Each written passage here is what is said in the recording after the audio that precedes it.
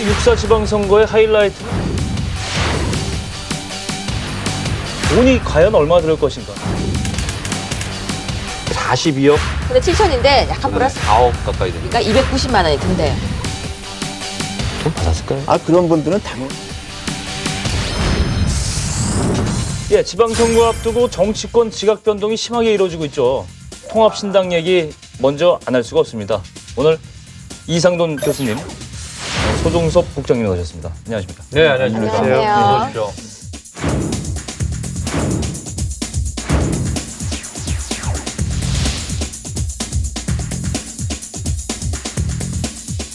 일단 제가 서두에 말씀드렸는데 통합신당이 곧 이제 창당해서 수능을 할지 이게 국민적 관심이 또 모아지고 있어요.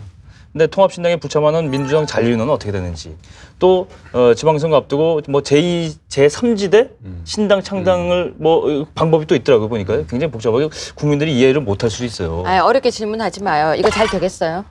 저는 잘 될 거라고 봐요. 예. 왜냐 그러면은 민주당 사람들은 정당을 이렇게 뜯어맞히고 만드는데 선수이기 때문에 그거는 문제가 없다고 거의 봅니다. 레고 수준이더라고요. 레고요. 그건 풀어 헤쳤다가 다시 묶었다가. 것이니까 그거는 문제가 없는데 문제는 그것이 국민들한테 그렇게 크게 감동을 주지 못한다는 거죠. 네. 네, 어떤 의미에서 그렇게 말씀하시는 거예요? 과거에 많이 했잖아요. 해서 그렇게 재미를 본 적이 없지 않습니까? 2007년, 8년 대선 총선 때 그랬고 2012년 4.12 총선 때에도 그런 거 했지만은 선거 결과는 다 안 좋게 나왔죠. 그렇죠, 그렇죠. 네, 다만 이번에 다른 것은 이제 안철수라는 사람이 이제 거기에 한 사람 같다는 거.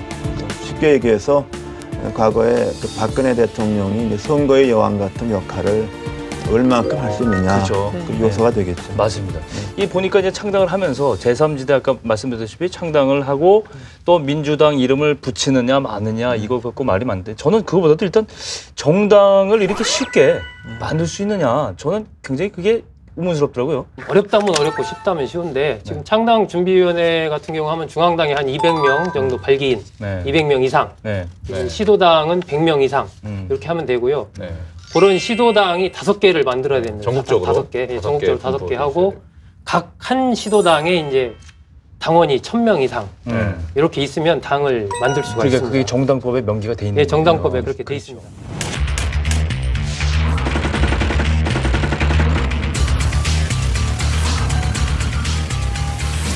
하지만 중요한 것은 이렇게 만든 정당이 얼마나 가느냐 하는 것이죠. 제가 보기에는 우리나라 같은 소선구조에 대해서는 이미 그 양당이라는 큰 줄기가 있기 때문에 거기서 더 추가적으로 정당이 생기기는 어렵다. 어떤 단임, 말하자면 4년, 8년짜리는 모르겠는데 과거 다 우리가 역사를 보지 않습니까? 한 시대를 풍미했던 김종필 총리가 자면연도 10년, 그렇죠. 이회창 전 총장 같은 5년, 그밖에 그냥 몇몇 정당은 기억도 못하죠. 그렇죠. 이게 선거관리위원회가 이제 생긴 게 1963년이거든요. 그때부터 이제 정당의 숫자를 보면 한 170개. 그동안 우리나라에 170개의 정당이 있었던 거예요? 그렇게 많은 정당이 생겼다 사라지고 생겼다 사라지고 가장 짧은 건 8일 동안 있었던 정당도 무슨 있어요. 정당이었어요? 그게 제3신당인가 해가지고 이름 비슷한데요? 2010년에 생겼다가 이거 8일 만에 없어졌어요.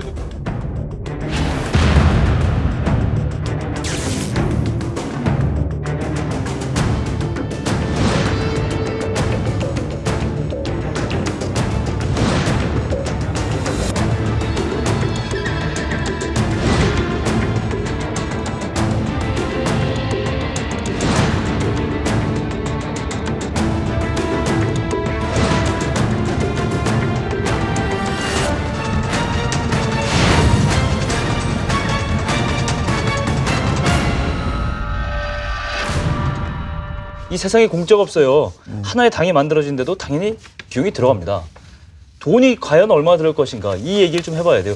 아니 아까 사람 모이라면서요. 사람만 모이면 된다면서요. 근데 이게 돈이 안 들어가고는 사람은 어떻게 운영합니까? 그 사람만 있으면 되는 거 아니에요? 궁금한 게 일단 딱 보면은 민주당이 지금 창당 통합신당 한다고 하면서 민주당이 126석이고 지금 새정치연합이 2석이란 말이에요. 2석이죠. 근데 지금 지도부 구성비는 5대5. 돈도 5대5 내고 그런 얘기도 있던데 이게 참 돈 얘기가 나오면 상당히 민감해지는 것 같아요. 지원금을 좀 설명 좀 해주시죠.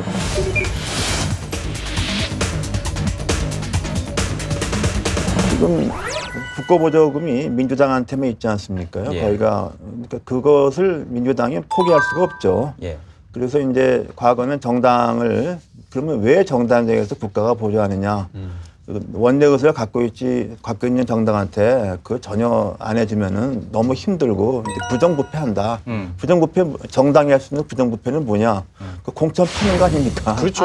예. 그러니까 그거를 막기 위해서 현실적인 경비를 지원해주고 건전하게 하라는 것이고, 그리고 이제 2007년에 국회법을 바뀌어서 이제는 공천 헌금을 당에다가 내도 그걸 못하게 돼 있죠. 그 전까지는 공식적으로 당에 기탁하는 거 됐습니다. 네. 그래서 지역의 근거를 둔 정당이 생기면은 이제 안정적인 의사 있고 비례 있지 않습니까? 그런 네. 것을 당에서 헌금을 받아서 했던 것인데 이제 그것도 불법이 됐죠.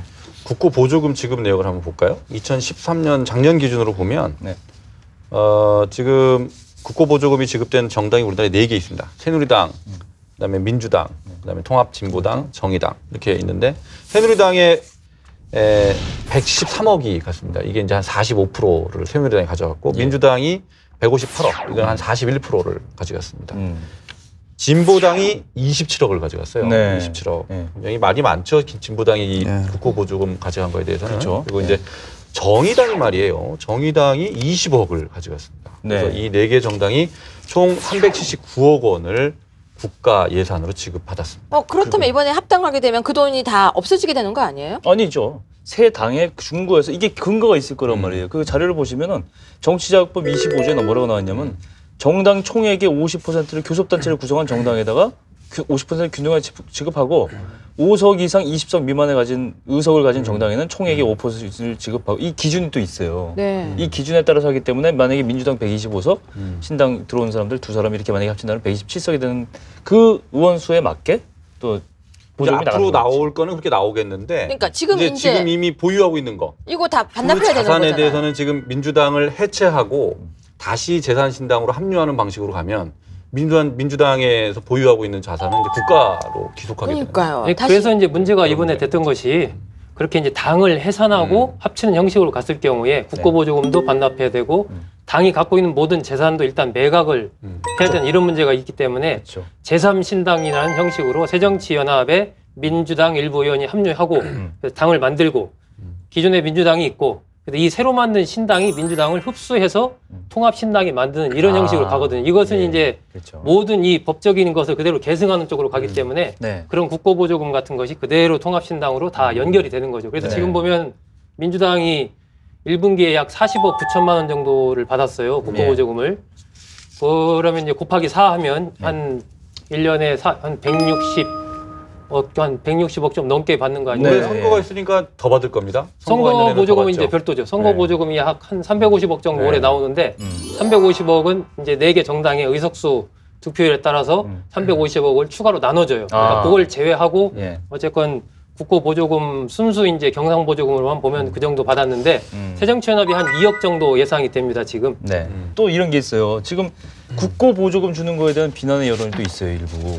보면은 이게 해체하지 않고 흡수 합당 방식으로 방금副장님 말씀하신 것처럼 그렇게 하면은 국고 보조금 받기 위해서 그렇게 꼼수 쓰는 게 아니냐 뭐 이렇게 보는 시각도 있더란 말이죠. 근데 그 꼼수라고 말할 것은 아니고 제가 보기에는 안철수 연합에서 민주당한테 당을 해체하고 하라는 게 어떻게 보면 괜히 목리를 부리는 겁니다. 그래요? 자기가 자기 돈 아닌데 괜히 자기도 뭐 1대1인 것처럼 그렇게 하는 것이 이게 전혀 비현실적이죠. 그래도 그렇죠. 살림을 합치면 그 돈이 자기 돈이 될 수도 있지 않습니까? 그러니까 거기 아까울 수도 있잖아요. 아니 그 어차피 합당이 되면은 민주당이 받아오는 국가보조금도 다 같이 쓰는 거 아닌데 그걸 보고서 무슨 명분을 쓸데없는 명분으로 다 해체하고 다 포기해야만 뭐 기득권을 포기하고 새정치냐.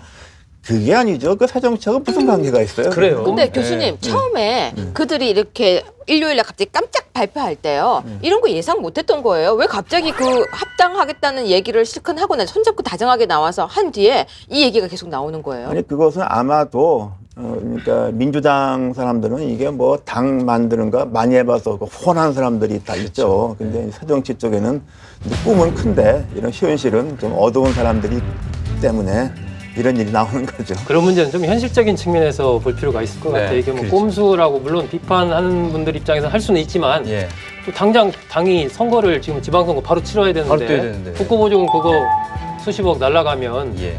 그러면 돈을 또 치르려면 그걸 어떻게 또 조달을 하겠습니까? 뭐 선거 그런 포기하겠다는 측면 거죠. 뭐. 예. 일단 선거에는 그런 것도 좀 봐야 될것 돈이 꼭 필요하다는 게 다시 입증되는 것 같아요. 제일 중요한 게 돈이니까. 제일 중요한 거예요. 근데 또 돈 얘기 또 해볼까요?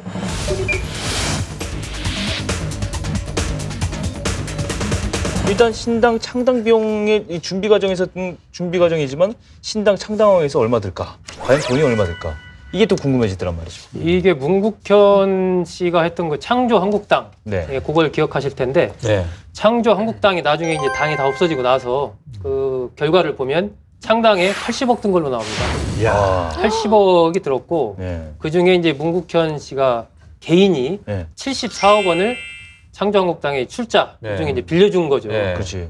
차용증 받고 빌려준 예. 걸로 예. 그렇게 하고 나머지 한 6억 정도를 이제 당비라든지 네. 그런 걸로 이제 충당한 걸로 나오는데 나중에 지금 그 송사까지 갔죠? 예 그때 복잡했죠. 네. 새정치연합 같은 경우는 지금 대체적으로 보면 한 30억 정도 얘기가 네. 나오거든요. 30억 정도 들었을 거다. 이제까지? 나오고 아마 거의 대부분을 결국 뭐 안철수 의원 사비로? 개인이 네.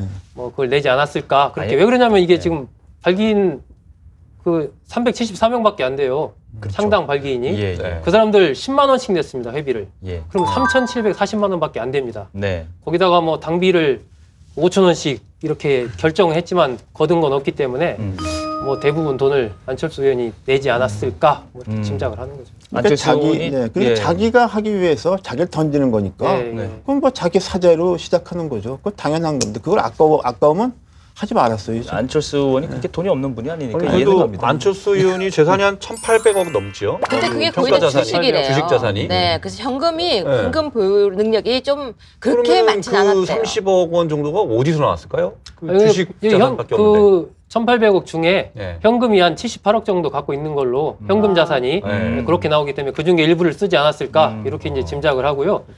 보통 분들이 생각하면 이제 정당 이렇게 하면 얼마나 그 새정치연합에 일하는 분들이 많습니까? 그렇죠. 그분들이 다 월급을 받을 거다라고 생각을 하는데 네. 그렇지 않습니다. 아직은. 원래 정당판의 문화라는 것이 예. 제가 아는 이제 일종의 지금 팀장급, 네. 팀장급이면 아주 핵심 예. 인사들이거든요. 예. 제가 물어봤어요. 선배 그 어떻게 좀 용돈이라도 좀 받아요? 아니 그 실명 좀 말씀해 주시죠. 그 유력인 지금도 혹시 유력하기 뭐- 때문에 제가 말씀드리기 좀 그러네요. 그 선배 얘기가 그 선배는 이 정치판에서 20년 이상을 한 사람이에요. 예. 야 여기서 돈 받으면 일 못해. 네. 이러더라고. 그럼 형님 생활 어떻게 합니까? 네. 별도의 자금줄이 있는 거예요, 다. 그렇게 오랫동안 정치권에서 움직인 사람들은 후원하는 사람들이 다 있는 겁니다. 스폰서가 다 있어요? 그렇죠. 스폰서가 있든지 본인의 또 다른 자합이 있든지. 그거 지하돈 아니에요? 어두운 지하 뭐 그런 거일 가능성은 별로 없고요. 그렇게까지는 아니지만 아니에요? 여기서 이게 돈을 이렇게 돈이 월급식으로 없으면- 받는 건 아니라는 돈. 얘기니까. 근데 정상적으로 세금 내는 돈 아니면 안 좋은 거잖아요. 세금 낼 수도 있죠. 근데 돈이 이제 여기서 받는 건 아니고 그렇죠. 예, 다른 쪽에서 예, 그거는 어떤 이제 이제 조그마한 회사의 고문이라든지 예. 뭐 사회이사라든지 그렇죠. 이런 그런 걸로 이제 어쨌건 걸어놓고 많이 개인이 합니다. 해결하는 방식으로 자금을 해결하고 있다 이렇게 봐야 되는 것 같은데. 아니요, 근데 과거보다는 많이 낮았다고 봐야죠. 네. 그래서 새누리당, 민주당, 양당은 왜 확립됐느냐 하는 것은 이미 거기서는 공식적으로 봉급을 받는 거기만 순수하게 일하는 당뇨들이 탄탄하게 있죠. 네. 그 중에는 이제 봉급은 없더라도 무슨 타이틀이 필요하기 때문에 네. 또 부대변이 수없이 많잖아요. 그런 마찬가지입니다.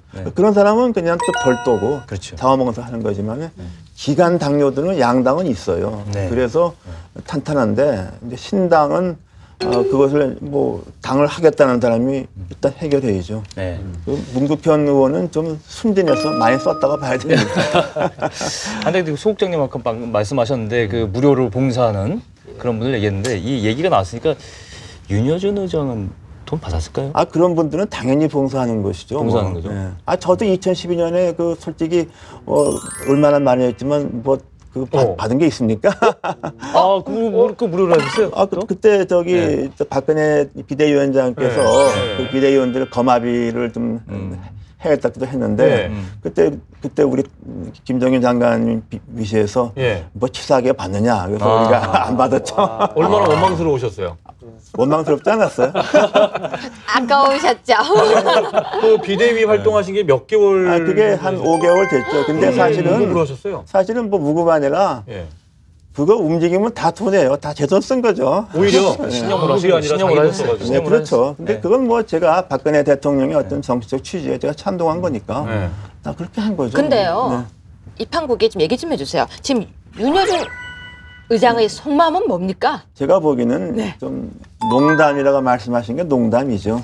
뭐 이제는 더 이상 역할은 없을 거라고 봅니다. 아 농담이라고 한 게 농담이다. 그렇게 봐야죠. 윤여준 그 사안이 의장이 그 발언한 내용이 농담이라고 할 수 있는 한 단어도 없습니다. 다 그자가 얼마나 거짓말을 했는지 다 진솔한 건데 그 솔직히 그렇게 말을 해도 좀 언론에서 그런 표현은 좀 그렇죠. 빼줘야 되는데 너무 좀 너무 정당하게 너무 그러니까 정당하게 제목으로 그냥 그걸 진짜로 이거죠.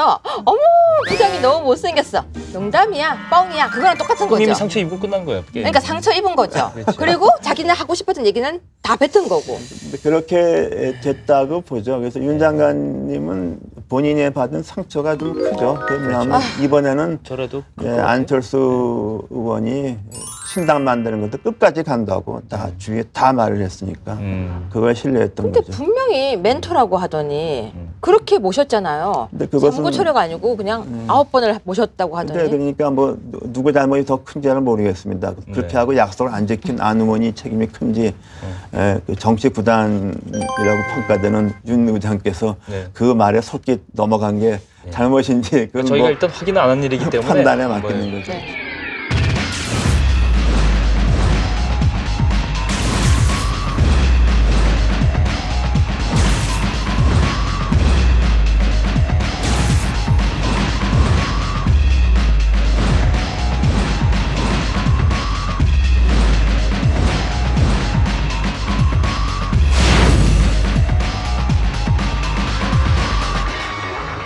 예, 아무래도 6.4 지방선거의 하이라이트는 서울시장 선거라고 볼 수밖에 없겠죠. 그렇죠. 이른바 네. 뭐 수업통령이라고도 불리는 정말 이 경선 과정부터 지금 팽팽한 접전이 벌어지고 있는데 판세를 좀 정리해 볼까요, 교수님? 일단은 좀 새누리당 내부에 경선이 어떻게 되느냐 네, 하는 것도 그것이 일단 관건이 아니겠습니까? 그렇죠. 뭐 보는 사람마다 차이가 있겠지만은 아마도 김항식 전 총리가 거는 것은 네. 근데 호남 출신이기 때문에 네. 아주 낙관적으로 새누리당 지지층들은 새누리당 때문에 김항식 전 총리를 찍을 것이고 네. 호남 사람은 호남 사람이라는 이유 때문에 김항식 전 총리를 찍을 것이다. 네. 그러니까 김항식 전 총리가 필승 카드다고 생각하는 건데 말이 됩니까? 아니요, 안 돼요. 나도 안 된다고 봐요. 근데 그런 뭐- 말도 안 되는 셈법이. 그렇죠. 지난주에 보니까요, 이 정몽준 의원의 그 서울시장에 대한 어떤 그 도전 의지가 굉장한 것 같더라고요. 네. 보니까요. 박원순 시장하고 이 용산 역세권 가지고 이 담론 한 거 보셨습니까, 기사? 네. 보면 굉장히 정몽준 의원이 그 자신의 확신에 차 있고 일단 정몽준 캠프의 분위기를 좀 전해주시겠어요? 정몽준 의원은 일단 뭐 선언하면서부터 계속 이제 박원순 시장이랑 각을 세워가고 있죠. 이것은 그렇죠.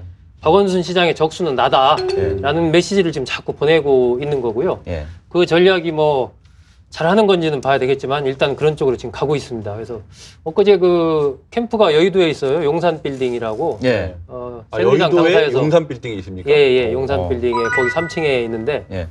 가봤더니 벌써 뭐 한 수십 명 그 캠프원들이 네. 딱 그 책상 다 차려가지고 이미 세팅이 돼서 열심히 지금 이미 뛰고 있어요. 예, 뛰고 있더라고요. 그래서 예. 그쪽 분들 얘기를 들어보면 이번에 정몽준 의원은 모든 걸 버렸다. 오로지 이제 서울시장을 향해서 뛴다. 대통령 꿈도 버렸고 백지 신탁도 필요하면 다 할 거다. 그래서 반드시 이 서울시장에 당선되겠다. 또 굉장히 강한 의욕을 보이고 있고. 근데 왜 그러는 거예요? 지금 백지 신탁을 하게 되잖아요. 백지 신탁이라는 건 상당히 큰 손해 아닌가요? 근데 그분 지금 입장에서는? 상황에서는 본인이 하고 싶어도 못해요. 사실 백지 신탁은 네. 나중에 이제 시장이 되고 나서 그렇죠. 백지 신탁 그 심사위원회가 구성이 돼서 거기서 심사 결과 백지 신탁을 해야 된다라고 결론이 나오면 그때 할 수 있는 거고. 그러니까 단지 지금 이제 얘기하는 예, 것은 그래도 지금 위험하잖아요. 백지 신탁을 하라 그러면 하겠다. 선언을 하라는 거죠. 선언을. 그렇지. 예, 네. 선언을 내가 하라고 이제 압박을 이게 하는 걸리면 거죠. 하겠다라고 하는 거고. 왜냐하면 자기 특정 이익과 관련이 없다고 판단되면 안 하는 거죠. 그거는. 그렇죠. 이번에 지금 민주당에서 저 박홍근 의원이 그 주장을 했지 않습니까? 그렇죠. 예, 그래서 민주당 내부에서는 아까 어떤 분 얘기 들어보니까 자제를 시켰대요. 그 얘기를 왜 빨리 꺼내냐. 좀 하지 마라. 뭐 이런 얘기를. 그러니까 그게 이제 좀 이른바 재벌 대 서민 구도. 민주당 입장에서는 그렇게 구도를 이제 보고 있는데 너무 그런 문제가 빨리 터져 나오면 이게 금방 귀에 익어버리니까 그걸 좀 톤다운을 뭐 해라. 뭐 이런 얘기를 했다는 얘기를 들었습니다. 안철수 의원도 제가 제 기억하기로는 안랩 때문에 백지신당 얘기가 나왔었다가 결국은 그 해당 소위를 안 들어갔기 때문에 그게 해당이 안 됐잖아요. 그죠? 그럴 가능성도 있는데 그다음 얘기해 볼게요. 여기 지방선거 후보 때 등록할 때도 돈이 들어요. 이게 기탁금 규정이 좀 있을 텐데요. 기탁금 규정을 볼까요?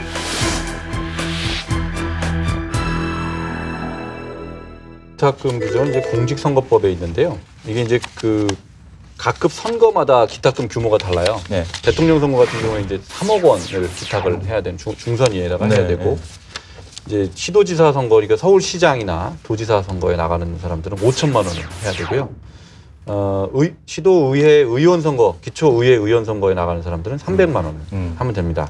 근데 이건 이제 정식 후보자 등록할 때 그러는 것이고 예비 후보자 등록을 할 때는 정식 기탁금의 20%를 등록을 하면은 됩니다. 선거 비용, 선거운동 기간에 쓸 수 있는 금액도 다 차이가 있어요. 네. 그래서 보통 이제 지금 구청장 같은 경우는 뭐 조금씩 인구수라든지 이런 거에 따라 다르긴 합니다만 대체적으로 약 1억 8천만 원 정도.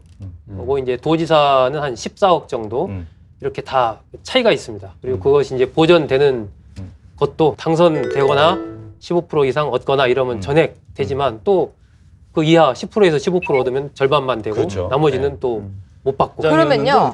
한 후보가 선거에 나가서 끝날 때까지 레이스를 완주할 때까지 얼마 정도를 쓰게 되나요? 이게 정확하게 추산하기는 어려운데 예를 들면 기초단체장의 경우를 가상을 한다면 일단 예비 후보를 등록하잖아요.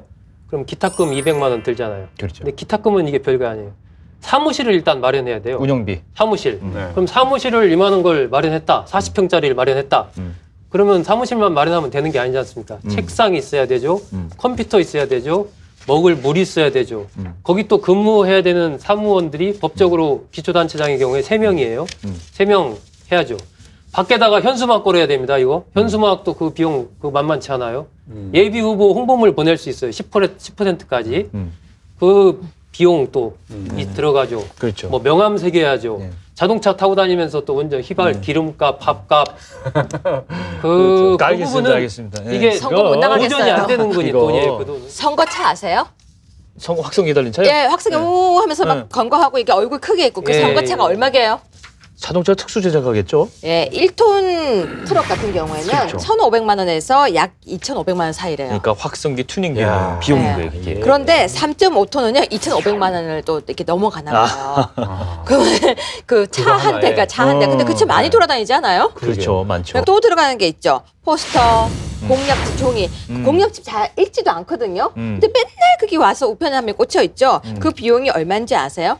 한 권당 약 270원. 이상이라서요. 21억 6천만 원 정도가 든대요. 근데 교수님 그거는 읽어야 돼요. 읽어야 돼. 안 읽는 게 자랑이 아니에요, 그거는. 예, 죄송해요. 근데요. 공약사항도 봐야 하고 저 솔직히요. 봐야 되고. 뭘 보고 찍은 거야, 대체? 공약은 빌공짜. 공약이어서. 안 믿는다? 약속을 지킨 걸 그래서 본 적이 라면 없으니까. 받침으로 썼습니다. 저는. 무슨 받침이요? 라면 받침.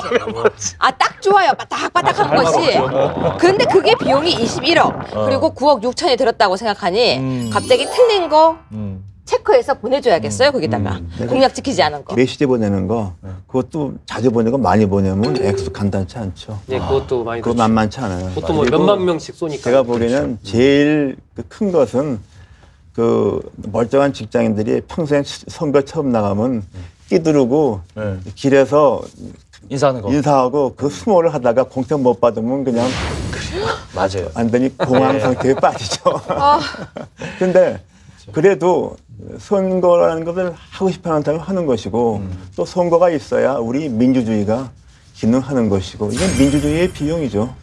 이게 저보고서 선거 비용을 좀 줄이는 방법이 뭐가 있겠냐 하면은 저는 그 큰 거 있잖아요. 걸개 버는 거. 그거 무지하게 비싸요. 그거하고 그다음에 차량, 그 전광판 차량. 그거는 좀 없애는 게 이 시대에 맞지 않나 싶어요. 또 한편에서는 그나마 없으면은 선거 분위기가 나지가 않는다 그러는데. 그리고 우리나라 선거 운동은 그렇게 바깥에다가 요란하게 하지만은 정작 후보가 유권자를 심층적으로 만나서 심층적으로 자기 얘기를 낼 수 있는 기회는 없습니다. 옥내에서 만나는 것은 다 금지되어 있잖아요. 네. 그러니까 진솔하게 얘기하는 건 다 차단해버렸어요. 왜냐? 옥내에서 만들면 돈 돌린다. 근데 미국 선거에서는요, 과거는 아무래도 이제 남자가 후보자가 많으면 부인이 열심히 하지 않습니까? 그렇죠. 후보자 부인을 폴저 레이디라고 불렀어요. 폴저가 뭐냐면 커피 회사 아닙니까요? 네. 거기서는 가장 싼 커피를 커피하고 쿠키하고서 후보자는 후보자 부인하고 이렇게 10명, 20명씩 좁은 사람 그룹을 만나서 사랑방 얘기를 하고 의견을 듣고 자기 소식을 알리는 겁니다. 그러니까 그렇게 하니까 돈이 그것도 많이 드니까 커피 중에서 제일 싼 커피를 해서 폴저 레이디라는 그런 일이 있어요. 미국에서는 그 자리에서 돈 안 줍니까? 돈을 줄 수가 없죠. 상상하면 유권자가 그럼 완전히 그냥 박살 내버리죠. 그게 민도예요. 그러니까 우리나라에서는 정작 후보를 그렇게 진솔하게 아느냐 모르죠. 그리고서 뿡까뿡까하는 그 큰 그림, 시끄러운 그거 그것도 하다 보면은 대도시에서는 그 시끄럽다 그래요. 근데 그 분단이 가면은 워낙 넓으니까 그거라도 있어야 저게 선거가 되는구나 하는 그런 면도 있어요. 맞습니다. 자, 6사 이제 지방선거 끝나면 바로 이제 재보궐선거 아까 처음에 얘기를 했죠. 7월 재보선이 있는데 한 선거구마다 들어가는 비용, 이 재보선 때문에 들어가는 비용도 만만치가 않아요.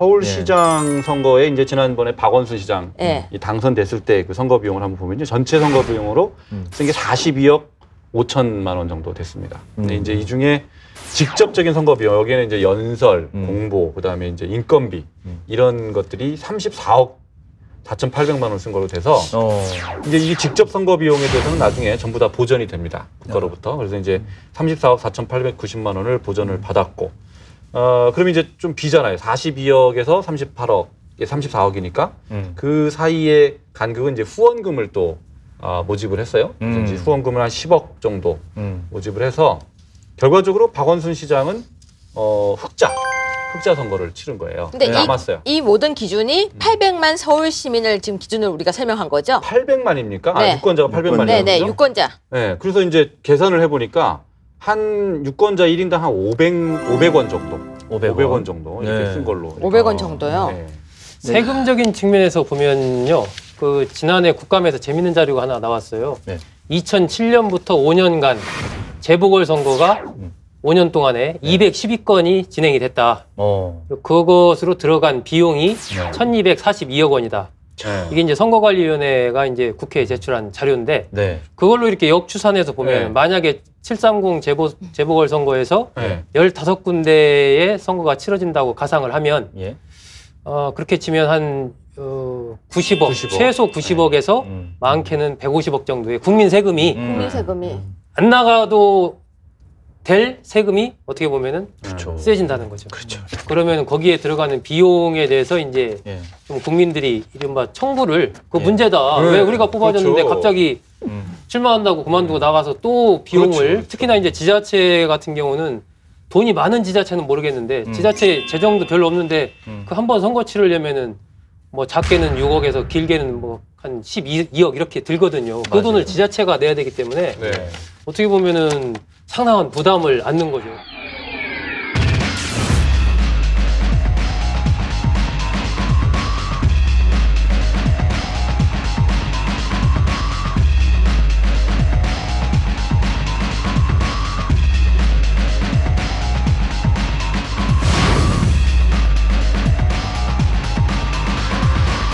유 교수님, 방금 VCR에 의원님은 양다리 중 이런 말이 있었잖아요. 네, 무슨 말고 깜짝 놀랐는데요.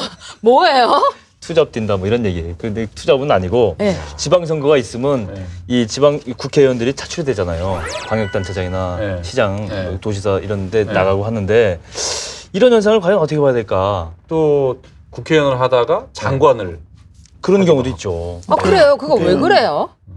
좋으니까 하겠죠. 왜 그러긴요. 아니 근데 하나만 해야지 왜 그래요? 사실 국회의원 2, 3, 4 하게 되면은 광역자치단체장 하고 싶죠. 그냥 그러면은 일단은 또 규모 큰 자치단체를 갖다 운영하는 거 아닙니까요? 그렇죠. 해볼만 하죠. 예산도 많고. 그런데 이제 문제는 이제 국회의원을 임기를 이제 중간에 그만두면은 유권자에 대한 좀 신뢰를 파괴하는 게 아니냐 이렇게 볼 수 있는데 또 한 측에서는 그 지역 유권자들은 또 그걸 또 좋아하는 수 있습니다. 왜요? 그러니까 우리가 뽑은 국회의원이 시장이 된다. 그러면 우리를 더 잘 지킬 것이다. 이런 거 있고 예를 들면은 정몽준 의원은 동작을 이제 버리지 않겠습니까? 그렇죠. 그러면 동작을 국민들이 본선에서 우리를 버린 사람이니까 하고서 안 찍겠어요? 더 많이 찍겠어요. 더 많이 찍죠. 우리 국회의원인데.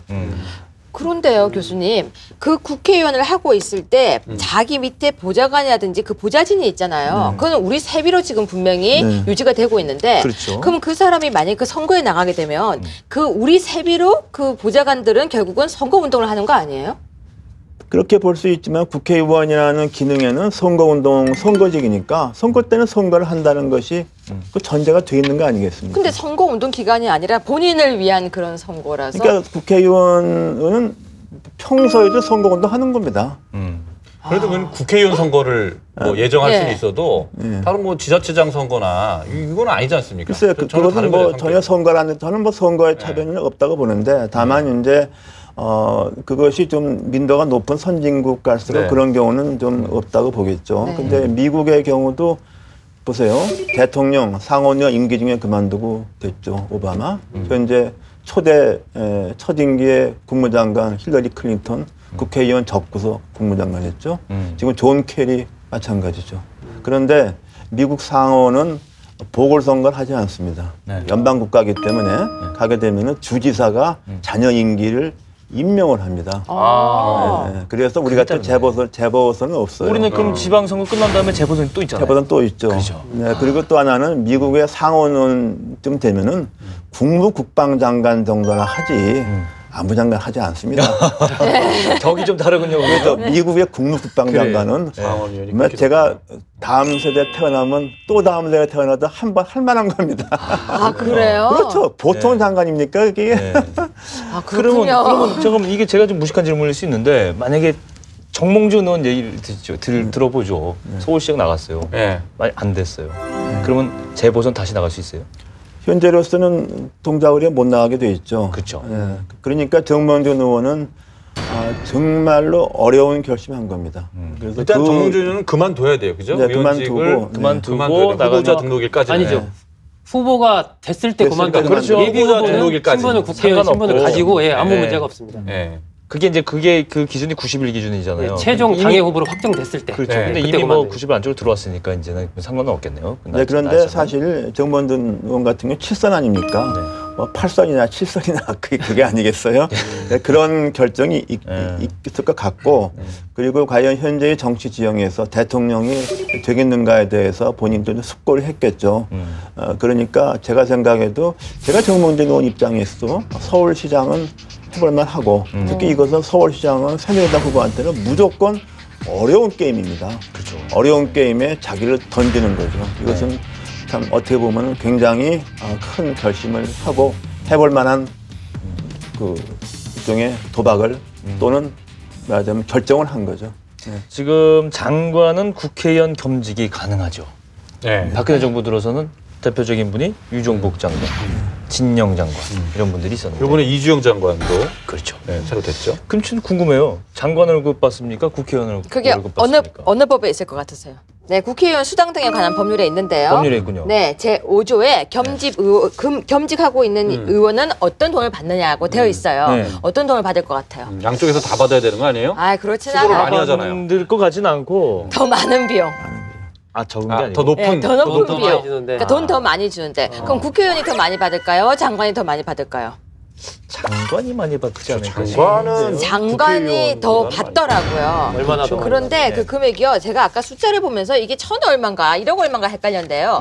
합산을 다 하면 국회의원은 약 1억 3,796만 1,000원 정도. 연봉이. 연봉이. 네. 근데 장관은 1억 5,591만 원.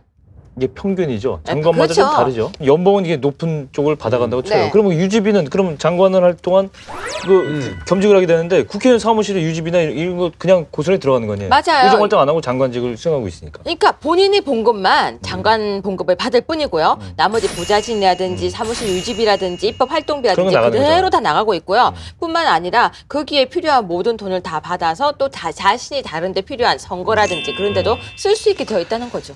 입법 기능을 제대로 못할 거 아니에요. 네. 본인도 입법 활동비랑 특별 활동비는 받습니다. 장관으로 가도. 그건 그러니까요. 지급이 됩니다. 네. 예, 지급이 되고. 예, 또 뭐 하여튼 장관 행정부에 있지만 또 국회에서 표결을 해야 될 때는 또 본인도 표결을 해야 돼. 그건 이제 국회의원으로서 이제 표결을 하는 거기 때문에 보좌진들이 있으면서 이제 그런 부분도 서포트하고 하려면 또 그런 기능도 필요하죠. 근데 이게 돈 문제를 기능도 떠나서 있어요. 말이에요. 네. 이게 우리나라가 대통령제를 채택하고 있잖아요. 대통령제는 이제 가장 기본적인 게 견제와 균형 아닙니까? 그렇죠. 입법부가 행정부 상호 간에 견제를 해야 되는데 이게 한쪽 다리는 국회, 한쪽 다리는 정부에 걸치고 있으면 이게 견제가 되겠어요? 네, 그게 이제 견제가 안 되죠. 네, 우리나라가 이제 헌법을 처음 만들 때 의원내각제 헌법을 만들었다가 대통령제 급히 바꾸는 바람에 그 의원내각제의 어떤 모습이 남아 있는 건데. 예. 그 제3공화국 때가 이제 순수한 대통령제로 헌법을 만들었음에도 그걸 그대로 뒀어요. 네. 그래서 지금까지 운영이 되어 왔는데 사실은 그렇게 바람직하다고 보지는 않습니다. 그대로 놔둔 거잖아요. 네, 근데 그 왜 그러면 정치인 장관, 국회의원 장관이 많이 있었을 때를 볼 것 같으면 어떤 정치적인 연합 세력이 집권을 했을 때 뭐 DJP 연합 뭐 이런 경우죠. 그리고 대통령에 따라서 좀 스타일이 있죠. 그리고 또 대통령이 빚진 데가 많으면은 도저히 당적인 분이 소화가 안 되면은 그런 계파를 고려해서 그 사람을 장관으로 임명해 주면 빚을 갚은 게 되죠. 근데 역설적으로 또 어떻게 보면 정치적 힘이 있는 국회의원 겸직 장관이 경우에 따라서는 장관 일을 더 잘할 수도 있어요. 네, 그런 느낌, 그런 게 있습니다. 근데 국회의원 활동하려면 말이죠, 교수님. 네. 이 의원실도 있어야 되고, 네. 보좌관, 비서관 뭐 다 있어야 되고, 이 비용 좀 털어볼까요? 우리?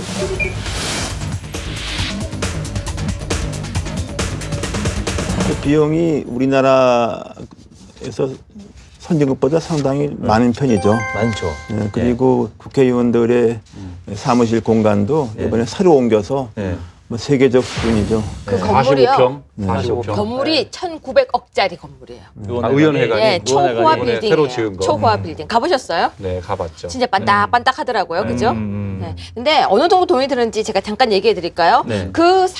대충 45평5평 지금 네. 그 건물이요. 그러니까 자기 사무실이요. 근데 여의도 시가를 따져봤을 때요. 여의도 시가를 따져봤더니 약 5천 보전금에 월세 400이래요. 아하. 그게 보증금이 일반 5천. 민간 건물이라면 그렇다 네네. 이거죠. 그리고 월 관리비가 290만 원이 든대요. 월세가 얼마라고요? 관리비 400만 원. 400에 보증금 보증금 5,000에 5천에 관리비가 290. 월 690짜리네요. 뭐 그렇네요. 저는 그 계산이 빨리 안 됐어요. 근데 그뿐이 아닙니다. 보좌진을 9명까지 둘 수 있는데요. 그렇죠. 법률상 보좌관, 4급 보좌관 2명, 네. 5급 비서관 2명, 그리고 6급, 7급, 8급, 9급 이런 식으로 해서 총 7명, 네. 그리고 인턴 2명, 네. 합이 9명인데요. 보좌관이 얼마 받는지 아세요? 연봉. 사법보좌관이니까 많이 받겠죠. 사법보좌관이면 글쎄요. 보통 예, 평균 7천. 연봉 연봉이 7천. 네. 근데 7천인데 약간 좋네. 플러스가 더 있어요. 음. 네, 그리고 비서관 얼마 받을 것 같으세요? 6천. 5급이니까. 네. 그렇게 차이는 안 나네요, 또. 그리고 그죠? 6급부터 보좌관, 시작해서 이제 조금씩 내려가는데요. 예. 인턴, 제일 밑에 인턴은 한 달에 110만 원을 받아요. 근데 110만 원을 받는데 요즘 인턴 경쟁률이 얼마인지 아세요? 많게는 100대 1까지 가고 있어요. 뭐 100만 원 받으려고 그렇게 많이 모여요. 이유가 있어요. 네. 로스쿨 지원할 때 가산점이 있대요. 레퓨테이션에 도움이 되는군요. 그러니까요. 그래서요. 경력이 빵빵한 사람들이 예. 인턴 하겠다고 줄을 100만 원 서서요. 안 줘도 되겠네. 아니 그건 또 아니고요. 근데 최저로 줘야 될 금액이 있습니다. 최저로 정해져 있으니까 국회의원이 다들 지금 받을 쓰고 있는 받아야죠. 돈을 다 계산해보면요. 예. 변호사님 얼마라고 하셨죠 아까? 제가 계산을 해봤어요. 네. 예. 그러니까 국회의원 개인한테 주는 세비 예. 이게 한 1억 5천 되고요. 예. 그다음에 그 9명 보좌진들의 합치니까? 연봉 네. 이게 한 4억 가까이 됩니다. 4억이래요. 연간 4억. 연간 네, 그러니까 사억. 인건비에 네. 4억. 거기다가 이제 의원실 하나당 운영비가 9천만 원이 지원이 된대요. 네. 그러면은 6억이 넘습니다. 예. 근데 그 6억에는 아까 말했던 사무실 사용료 같은 건 계산을 안 한 그런 거예요. 건 빼는 거죠. 실질적으로 금전으로 지급하는 돈만 네. 못하는 거예요. 각종 금전으로. 혜택을 빼고. 그러니까 혜택은 다 빼고 특히 그 외에도 입법 수당이라든지 그런 돈도 생각보다 많이 들어가고 있대요. 네. 입법 수당이 한 달에 얼마게요?